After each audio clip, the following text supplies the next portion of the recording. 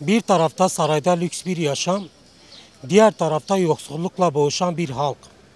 Art arda yapılan zamlar ve artan hayat pahalılığı ve temel ihtiyaçını karşılayamayan milyonlar.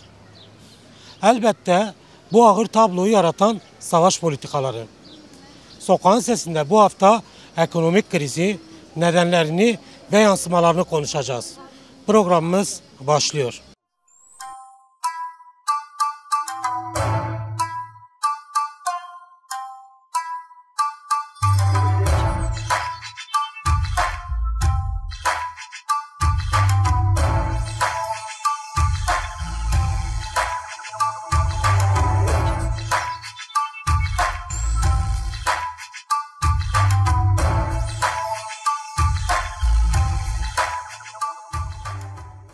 Ekonomik kriz sizi nasıl etkiliyor? Temel ihtiyaçlarınızı karşılayabiliyor musunuz? Karşılamıyoruz, zor durumdayız. Bize yardım etmiyor, başka devletlere de yardım ediyor. Bize yardım etse biz de kurtulak bu ekonomikten, mesela bu sıkıntıdan. Nereye gidiyoruz alamıyoruz, ne yapıyoruz eve yetiştiremiyoruz. Ne emekli, ne şu, ne bu, hiçbir şeye yardım etmiyor. Bir de diyor ki mesela savaşa yardım ediyor. Önce kendine yardım et. Önce kendine yardım et. Milletimize yardım et.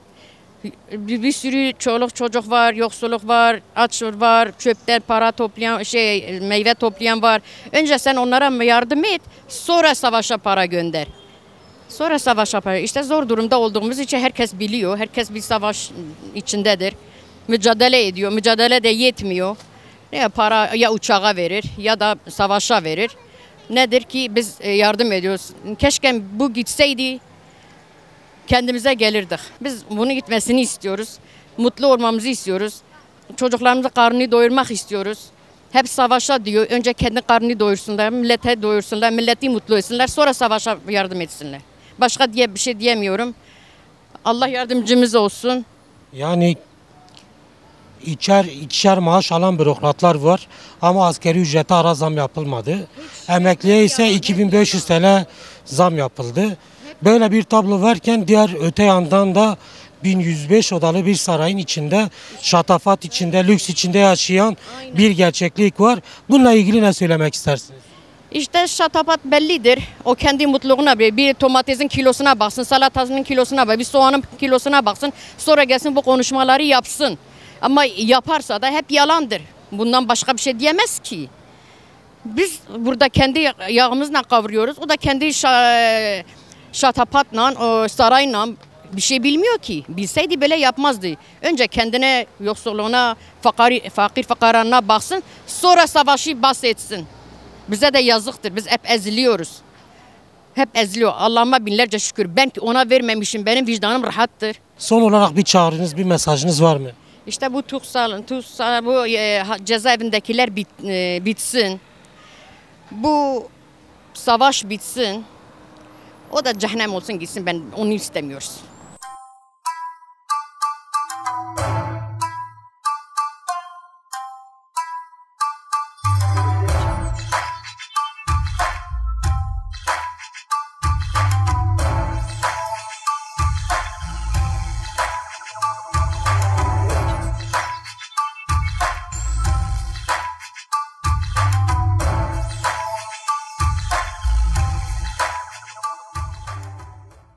DİSK'in açıkladığı bir rapor var. Evet, evet. Açlık sınırı 19.000 TL, Evet. yoksulluk sınırı ise 65.000 TL olarak belirlendi. Doğrudur. Bu rakamlar sizin için ne ifade ediyor? Bununla ilgili ne söylemek istersiniz? Yani bizim halklarımız şu anda hem baskı altındadır, çok eziyet çekiliyor. Artı yani o maaşla atıyorum o şeyle geçim olunmuyor. Olunmadığından dolayı biz esnaflar olarak da perişan haldeyiz. Yani 25 yıllık bir esnaf insanın çalışıp emekliye ayrıldıktan sonra 10 milyarla geçimini yapması mümkün değil. Hiçbir bir şey geliri de olmasa bile açlıktan ölüp gider yani. Gideceğinden dolayı yani bu DİSK'in belirlediği şey zaten onun üstüne çıkması lazım. Devletin insanlara bütçe ayırması lazım. Yandaşlarına değil, kendi insanına emekçi insanlarına saygı duyması lazım. Saygı duymanın dışında artı maaşların artması lazım. Memurların olsun, esnafın olsun artırılması lazım. Sizce ekonomik krizin sebebi nedir? Giderek derinleşen ve giderek yoksullaşan bir halk gerçekliği de ortada. Sizce bu durum, bu tablonun altında yatan sonuçlar nelerdir? Yani sonuca gelirse ilk öncelikle bu savaş ortamlarının insanlara maliyeti çok oluyor. Yani dünyada barış varken insanlar barışla yüzleştiği zaman emin olun bu kadar açlık sınırı olmayacak. Yani özellikle kendi halkıyla barış olduğu zaman bu ilerideki zamana da yani açılımı olur yani. Açılım olur derken Ahmet'te kalkan her bir uçağın maliyeti çok yüksek meblağlarda olarak açıklandı. Aynı zamanda askere, topa, koruyucuya ayrılan bütçe halka ayrılmış olsaydı nasıl bir tablo, nasıl bir sonuç ortaya çıkardı? Şimdi halka ayrılmış olsa biliyor musunuz insanlar ferah içinde geçimini yapar. Yani savaş bütçesine değil de insan bütçesine gittiği zaman bizim insanlarımız fakirleşmenin dışında daha gençleşme olur. Fakirlik diye ortada bir şey kalmaz. Çünkü milyonlarca dolar savaş bütçesine gidiyor. Savaş bütçesine gittiğinden dolayı bizim insanlarımız gittikçe fakirleşiyor. Tabii malumatınız esnaf insanlarımız da gittikçe daralmaya gidiyor. İş yerleri kapanan var. Binlerce insan iş yerlerini kapatıp gidiyor. Onların AK Parti'nin AK Parti'nin yandaşları hepsi hırsızlıktan dolayı. Yani bunlar olmasa bizim gariban insanlara verilmiş olsa normal bir paylaşım olsa emin olun samimiyetimle söylüyorum işsizlik ortadan kalkar, garibanlık kalkar, fakirlik kalkar. Son olarak bir çağrınız, bir mesajınız var mı? Vallahi bir an önce bu iktidarın gitmesi, yeni bir iktidarın gelmesini talep ediyoruz. Biz herhangi bir şey yaptığımız yok. Yani siyasi düşüncemiz olmasa bile biz savaş istemiyoruz. Biz barış istiyoruz. Barış istediğimizden dolayı bizi desteklemeleri lazım. Biz savaşa hayır diyoruz.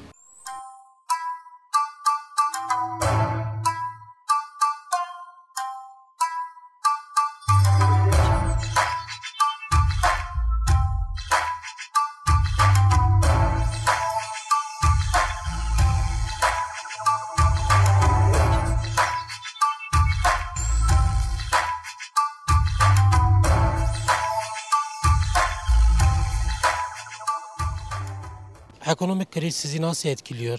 Temel ihtiyaçlarınızı karşılayabiliyor musunuz? Ekonomik kriz ülkecek hepimizi kötü anlamda etkiliyor. Hiçbir şekilde ihtiyaçlarımızı karşılayamıyoruz. Sadece günü bitiriyoruz.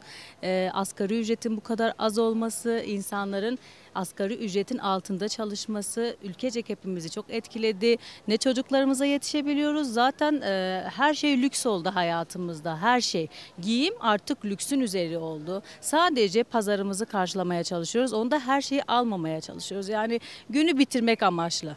Bu şekilde yani. Mesela bebeğiniz var görüyorum. Evet. Mesela DİSK'in açıkladığı bir rapor da var.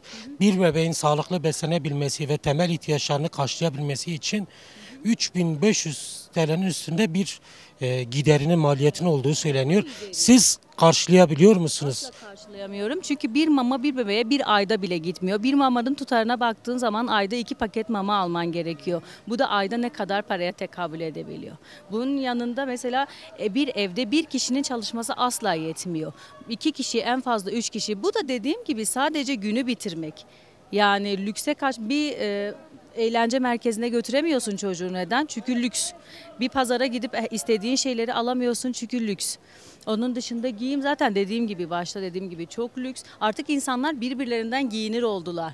Çünkü kendileri karşılayamıyor. İnsanlar artık inşaat sektörüne ve dışarı çıkmaya başladılar. Bu da aile birliğini bozmaya başladı. Kendi ülkesinde, kendi şehrinde iş bulamıyorlar. Bulduğu işler de asgari ücretin altında olduğu için İnsanlar geçinemiyor. Bu şekilde aileler sürekli kavga, gürültü, ekonomi biliyorsunuz aile birliğini de çok fazla bozuyor. Peki sizce ekonominin bu kadar kötü olmasının sebebi nedir? Hangi durum ekonominin bu kadar kötü olmasına sebebiyet sağladı? Bence en başta siyasi. Bence en başta ekonominin bu kadar kötü olmasının sebebi siyasi. Koltuk kavgalarıdır, uçaklardır, savaşlardır bu şekilde. Bir de ülkemize kendi ürettiğimiz şeyleri bize çok maliyetinin çok üstünde satılması. Asgari ücrete ara zam yapılmadı ama faturalara, yaşam temel ihtiyaçlara ard arda zamlar yapıldı.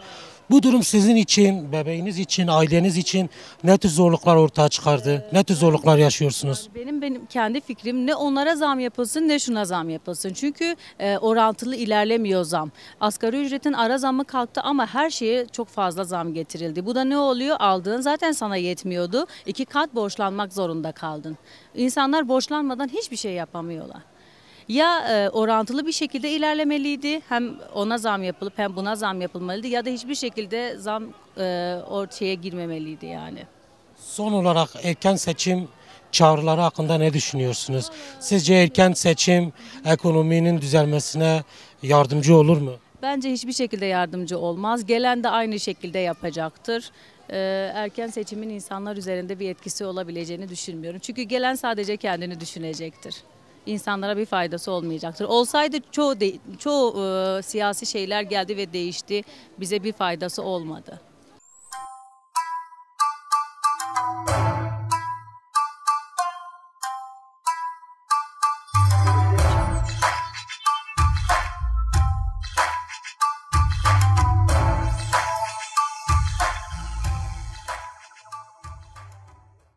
Asgari ücreti arttığı zaman direktmen esnafa yansıtıyorlar. Hani insanlar halka yansıtıyor. Değişen bir şey yok ki. Adamın cebinde çıkmıyor ki o para. Hepsi de milletin faturası millete yükleniyor. Başka bir şey yok hani. Halka yansıtılan noktalar nelerdir? Ne söylemek istersiniz? Eşeğe yansıtacak. Eşeğe yansıtıyor hepsi. Ne yansıtıyor? Sattığımız yerini dolduramıyoruz. Adam babası kesesinden o parayı vermiyor ki. Erdoğan kendi babasının kesesinden mi para veriyor? Veya o meclistekiler babası kesesinden mi para veriyor? Yok. Hepsi milletten alınıyor. Milletten kesiliyor. Yani bir şekilde millete yansıtıyorlar. Olan millete oluyor. Başka bir şey yok. Yani Ahmet'te her gün uçaklar havalanıyor ve bu havalanan uçakların maliyeti çok yüksek. Aynı zamanda koruyuculara, askerlere, savaşa aktarılan bütçe çok yüksek miktarda.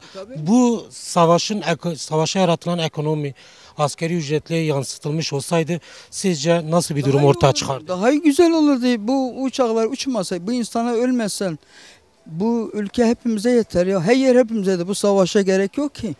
Bu ölümler gerek yok ki. Bu ölümler ne yapılıyor? Az edemiyorlar, kabullenmiyorlar, bizi kabullenmiyorlar, çekemiyorlar. İllahi öldüreceğiz. Öldürmeyerek bitmez ki bu insanlar. Bitmez. İstediğin kadar uçak kaldır, ne yaparsan yap, bitmez. Bu halk bitmez ki. Sonu yok. Son olarak bir çağrınız, bir mesajınız var mı? Herkes kendini düzeltmeden ekonomi düzelmez. Herkes kendini düzeltecek. Düzeltecek.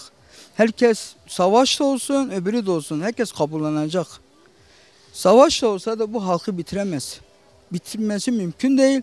Ekonomiyi de kendimizi düzelteceğiz. Kendimiz düzelteceğiz. Bu eşeği onu alıp da elle satamayız. Yapıyoruz. Biz de yapıyoruz. Devlet de yapıyor. Hepimiz yapıyoruz. Onun olan fakir oluyor.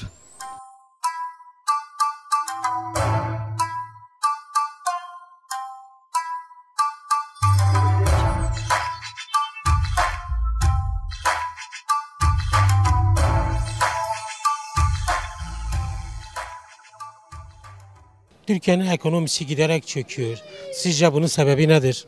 Bunun en büyük sebeplerinden bir tanesi AKP iktidarıdır. Şu an uyguladığı o kötü politika, savaş politikası. Böyle giderse zaten ekonomi kalmamış, böyle giderse hiç kalmayacak. Savaş bitmedikçe, AKP gitmedikçe bu ekonomi düzelmez. Ki giderse bile biraz zor düzelir çünkü onun yaptığı rantlar, yandaşları o kadar yemiş ki artık bir şey kalmamış kasada. Mehmet Şimşek'i getirmiş adam, Allah razı olsun. Yani nereyi görse diyor bir vergi alayım da halkı nasıl sömüreyim. Aldığı vergiyi de götürüyor AKP iktidarına veriyor. Ondan sonra gidip bir bina tutuyor. milyonlarca dolar veriyor o binanın kirasına. Oradan kısmıyor, buradan kısmıyor, lüksünden kısmıyor, yemesinden, içmesinden kısmıyor. Ondan sonra neymiş? Küçük halka gelelim, küçük esnafa gelelim, memura gelelim, kısalım, emekliden keselim. Böyle giderse yani bitik bir durumdayız. Böyle giderse daha bitik olacağız. Almış gitmiş Kuzey Irak'a savaşmaya. Almış topu, tüfengi oraya götürüyor, orayı bombalıyor. Bizim Kürt kardeşlerimizi bombalıyor. Bizim paramızla bizden aldığı vergilerle bizim kardeşlerimizi bombalamaya gidiyor. Silahı alıyor, mermisini alıyor, peşmergesini de arkasına vermiş KDP'yi. Allah razı olsun kardeş kardeşe vurdurtuyorlar şu an. Ekonominin boyutunu zaten sorarsan saray diye bir yer var. 1000 odalı. Tabii başkanımız Allah razı olsun dalga geçer gibi 1000 odalı değil de 1515 odalı odamız var. Kimse demesin 1000 odalı. Bir de övünüyor. Yaptığı giderle yani onca emeklinin maaşını oradan kısıyor. Memuru kısıyor. Ondan sonra götürür saraya veriyor. Yemeğinden, içmesinden, her şeyden kısmıyorlar. Ondan sonra memurdan kısalım, esnaftan kısalım, halktan kısalım. Halk zaten alışkındır. Halk koyun olmuş. Kürt sorununa çözümün Türkiye ekonomisine ve Türkiye halklarına nasıl bir katkısı olabilir? Hangi sonuçlar ortaya çıkarır sizce? Ben 23 yıldır burada esnafım. Barış sürecinde bütün halk kazanıyordu, esnaf kazanıyordu, devlet güllük gülistanlıktı. Savaş yoktu, ölüm yoktu, kargaşa yoktu. Oraya döndüğümüz zaman zaten onu görürüz. Şu an savaş çıkmış, Kuzey Irak'a girmiş. Onca mermi, onca asker, onca bomba, her gün kalkan o uçaklar. Hepsi birer giderdir. Hepsi birer maliyettir. Bunu ayıracağına getir halkına ver. Halkın yesin. Memurun yesin, emeklin yesin. Sen kazan, halkın kazansın, esnaf kazansın. Kardeşim girmişsin oraya benim halkımı bombalıyorsun. Bir de benim vergilerimle. Şu an savaş süreci insanlığın bitişidir. İnsanlığın yok oluşudur. Almış Selahattin Demirtaş'ı cezaevine atmış.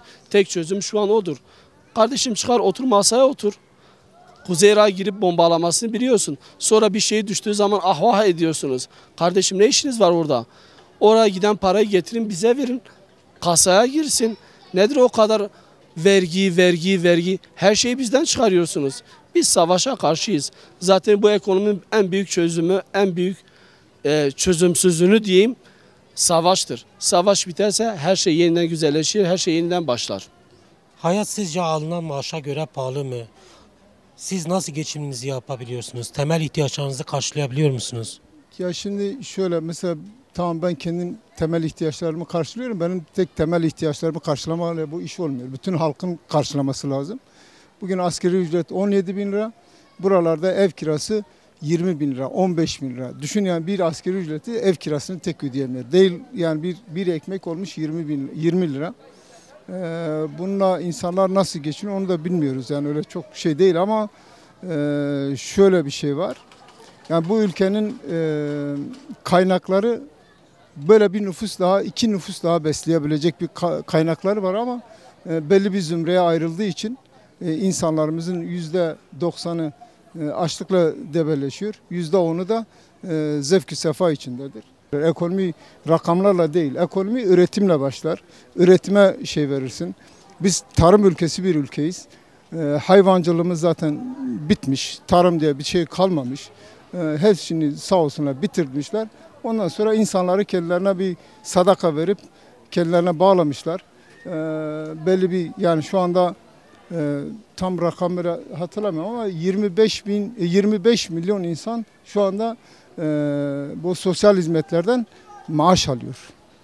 Bu ne demek? Bu 25 milyon insanı kendine bağlamış. O oylarla işte bir şekilde kendi şeylerini, saltanatlarını sürüyorlar. Bir sadaka verir gibi sadece karınlarını doyuruyor. Adamlar hiçbir iş yapmıyor. Bizim çalıştığımız, ödediğimiz vergiler yerine gitmediği için de böyle oluyor. Ondan sonra eğitim sistemi zaten yok. Tam aslında bu noktada araya girmek isterim. Uçaklardan bahsettiniz. Bugün Ahmet'te kalkan savaş uçaklarının maliyeti oldukça yüksek bir meblağda. Savaşa ayrılan bütçe halka ayrılmış olsaydı nasıl bir sonuç ortaya çıkardı sizce? Şöyle bir şey var. Gerçekten bu savaş yani bir 30-40 senedir yani bir fiil, bir savaş yaşanıyor bu memlekette. Halbuki bu memleketi yani Kurtuluş Savaşı'nda hep beraber kurduk. Hep beraber yaşatacağız. Hep beraber, yani bizim böyle bir ayrı bir devlettir, ayrı bir şeydir. Bunlar zaten onların kendi palavralarısıdır. Bugün dese devlet veriyoruz bile, bu memlekete kabul edecek insanların sayısı çok az. Onun için yani bu savaşı kendilerine, işte onların bir yaşam kaynağı. Eğer bu savaş olmasa onların orada barınma şansı yok. Ama nedir? İnsanları böyle bir milliyetçilik dalgasıyla, bir şeylerle, burada günlük işte kaç tane yüzlerce uçak gidiyor Kuzey Irak'a, işte ne bileyim Rojava'ya bomba atarak, sortiler yaparak. Onun ekonomi olarak zaten, hem ekonomik olarak zaten şey oluyor, artı bir de insanlar da, yani psikolojik olarak bu uçak kalktığı zaman ben rahatsız oluyorum.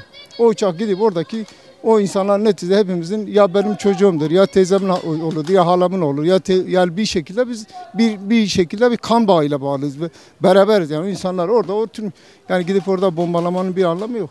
Sen bu ülkede demokrasi, barışı şey etmediğin müddetçe, Kürtlerle barışmadan müddetçe hiçbir şey yapamazsın ve dünyada da hiçbir sözün de olmaz. Bugün Türkiye Cumhuriyeti Devleti'nin yani hiçbir yerde bir itibarı bile kalmamış.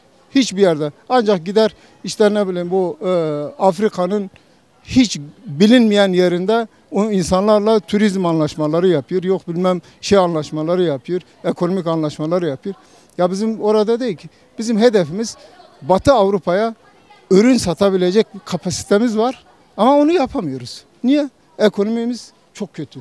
Yani şeyimiz çok kötü. O işlemleri, yani o bürokrasiyi bir şekilde şey yapamıyoruz. Zaten adaletle dediğin her şeyi satın almış. Bugün bütün savcılar, hakimler hepsi onların emirlerinin altında.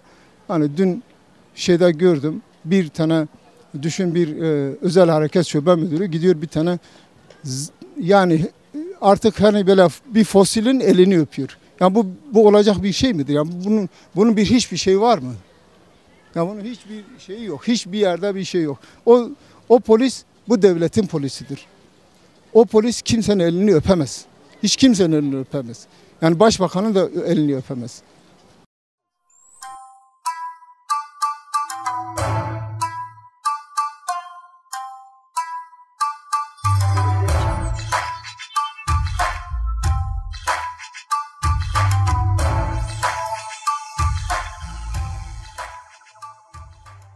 Hayat pahalılığı yaşamınızı nasıl etkiliyor? Ailenizin geçimini nasıl sağlıyorsunuz? Hayat pahalılığı yaşamımızı her anlamda etkiliyor. Hem çoluk çocuğumuzun geçimi olsun, artık bu lüks ihtiyaçları geçtik, temel ihtiyaçlarımızı bile gidermekte sıkıntı yaşıyoruz. Yani ben kendim bekarım ama çocuklu aileler var. Düşününce yani bir adamın 3 çocuğu olduğunu düşününce temel ihtiyaçlarını bile gideremeyecek noktaya gelmiş. Temel ihtiyaç nedir? Giyinme, barınma vesaire. Yani artık zaruri ihtiyaçları geçtik, temel ihtiyaçlarını bile gideremeyecek duruma gelmiş insanlar. Yani bu geçim sıkıntısı da beraberinde farklı sorunları ortaya çıkarıyor. Neyi ortaya çıkarıyor? Hırsızlığı ortaya çıkarıyor. Efendime söyleyeyim, burada çeşitli bir takım suç unsurlarını ortaya çıkarıyor. İnsanları belli bir tür şeye teşvik ediyor. Yani adam istemeden birçok şeye yöneliyor. Yönelmek zorunda kalıyor. Yani hayat pahalılığı insanı hem sosyal anlamda etkiliyor, hem siyasal anlamda etkiliyor, hem kültürel anlamda etkiliyor. Her anlamda etkiliyor hayat pahalılığı yani. Bu bahsettiğiniz sorunların sebebi nedir? Ekonominin, hayat pahalılığının bu kadar artmasındaki sebep nedir sizce? İtibardan tasarruf olmaz söylemidir bence. Yani nasıl itibardan tasarruf? Bizi yönetenler diyordu yani itibardan tasarruf olmaz diye. 1300 odalı saraylar yaptılar, efendime söyleyeyim, gemileri götürdüler, malları götürdüler, halkın vergilerini aldılar, çarçur ettiler. 5 tane şirketin vergilerini sildiler. Efendime söyleyeyim 5 şirkete bu ülkeyi peşkeş çektiler. Yani bu şekil. Söyleyeceklerim bunlar benim. Peki siz... Nedeni aynı zamanda yani en büyük nedeni bu ülkeyi yönetenlerdir yani. Bunu bu hale getirenler, bu ülkeyi yönetenler kim olursa olsun. Bu hale getirenler, bu insanları bu duruma getirenler bu ülkeyi yönetenlerdir yani. Halk kesinlikle değildir. Bahsettiğiniz sorunlara karşı halk ne yapmalı? Nasıl bir çözüm üretmeli? Sizce ekonominin düzelmesi, halkın refah seviyesinin artması için hangi adımlar atılmalı?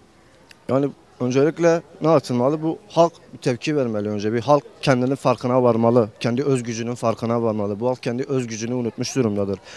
İnsanları ekmekleriyle terbiye ettikleri için, insanları ekmeğiyle, aşıyla, tenceresiyle terbiye ettikleri için insanlar bu öz gücünü kaybetmiş durumda, unutmuş durumda. Özgürlüğün farkındalığını unutmuş durumdalar. Önce insanların özgücünün farkına varmaları lazım. Çünkü bu insanları buraya getiren bu toplumdur, halktır yani. Bunları oradan indiren de yine halk olacaktır. Ama öncelikle halkın kendi özgücünün farkına varması lazım. Halk kendi özgücünün farkına varmadı mı bu sorunlar böyle peyderpey gelir geçer. Hatta çok daha büyük olur. Bunu çığ olarak düşünün. Küçük bir toptur başlar ama halk özgücünün farkında olmaz. Sürekli bir baskıyla, ekmeğiyle, terbiye edilmeyle karşı karşıya kalır. Özgücünü unutur. O çığ büyür böyle bugünkü hali alır. Son olarak bir çağrınız, bir mesajınız var mı? Benim çağrım şudur, yönetenlere istifa etmelerini çağrısında bulunuyorum yani. Bu yönetenler bugün istifa etmelidir, kendilerinden utanmalıdır yani. Bugün insanlar açlıkla, efendime söyleyeyim, terbiye ediliyorsa, ekmekleriyle terbiye ediliyorsa, kimse kafasını kaldıramıyorsa, kimse iki cümle kuramıyorsa, bu insanlar ekonomiden önce bu toplumun özgücünü kaybettirdikleri için istifa etmelidirler. Hani buna sebep olanlar bu ülkeyi yönetenlerdir. Ben sen değiliz yani, bizim senin gücümüz ne olacak ki bireysel olarak, ama bu ülkeyi yönetenler, bu sermaye babaları bu halkı bu duruma getirdiler. Bunların istifa etmeleri lazım. Çünkü bu toplumu bu hale getirenler sermaye babalarıdır. Yarın bir gün bunları yönetenler, bizim çoluk çocuğumuzu yönetenler, torunlarımızı yönetenler yine bu hırsızların, bu sermaye babalarının çocukları, torunları olacak. Niye? Çünkü burada hiçbir zaman bu ülkede halkın iktidarı oluşmadı. Her zaman sermayenin iktidarı oluştu. Bunlar da ne yaptılar? Bugün kendi hatlarını doldurdular, sermayelerini, kasalarını doldurdular. Kendileri fanidir. Her insan gibi ölüp gidecekler. Ama o bıraktıkları sermayeyle yarın bir gün benim, senin çocuklarını, torunlarını da bu insanların çocukları, torunları yönetecek. Çünkü hiçbir zaman bu ülkede bu özgücünün farkında olmayan halk olduğu sürece bir halk iktidarı oluşmayacak. Yani o yüzden bu insanların artık bırakıp gitmesi lazım. Devrim lazım bize. Öyle olmuş ki bir çocuğa bakmak bu zamanda olmuyor. İkiden bir de diyor çocuk yapın. Acaba bu çocuk yapmasıyla nasıl olacak?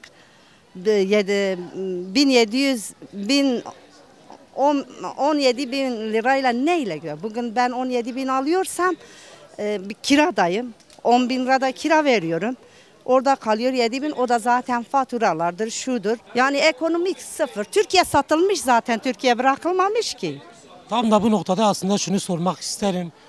1100 odalı bir sarayda şatafat içinde yaşayan, 3'er 4'er maaş alan bir gerçeklik var. Evet. Bir de pazarlarda çöpe atılmış, yere atılmış sebzeleri toplayıp geçim yapmaya çalışan bir halk gerçekliği var. Evet, bu iki yaşamı karşılaştırsanız ne söylemek istersiniz?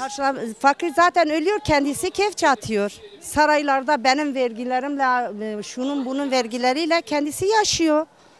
Ne diyeceğiz ona? Zaten kral kendisidir. Türkiye'nin kralı kendisidir. Zalimlere çalışsın, fakirler de eziliyor.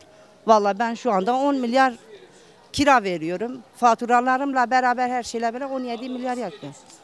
Yani zor geçiniyoruz.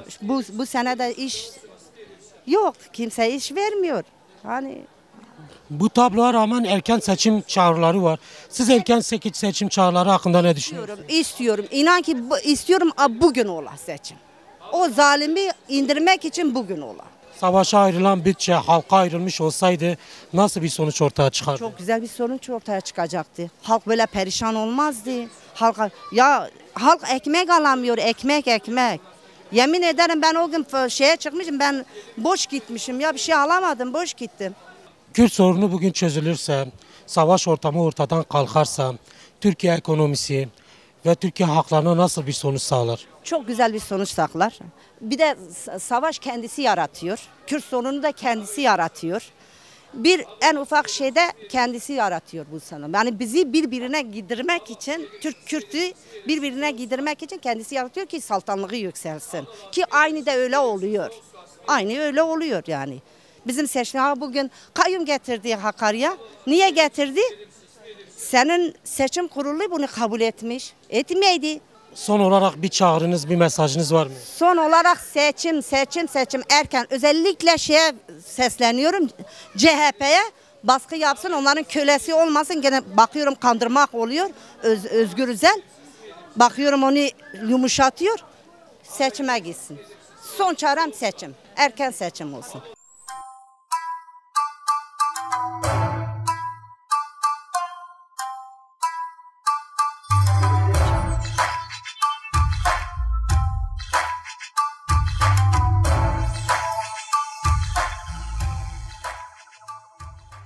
Sokağın Sesi programının sonuna geldik. Bu hafta Ahmet'teydik. gündemimizde ekonomik kriz vardı. Mikrofon uzattığımız Ahmetliler ekonomik krizin temel nedeni olarak savaş politikalarını gösterdi. Halk, Kürt sorunu çözülmeden hiçbir krizin de çözülmeyeceğini dile getirdi. Haftaya yeni bir programda görüşünceye dek hoşça kalın.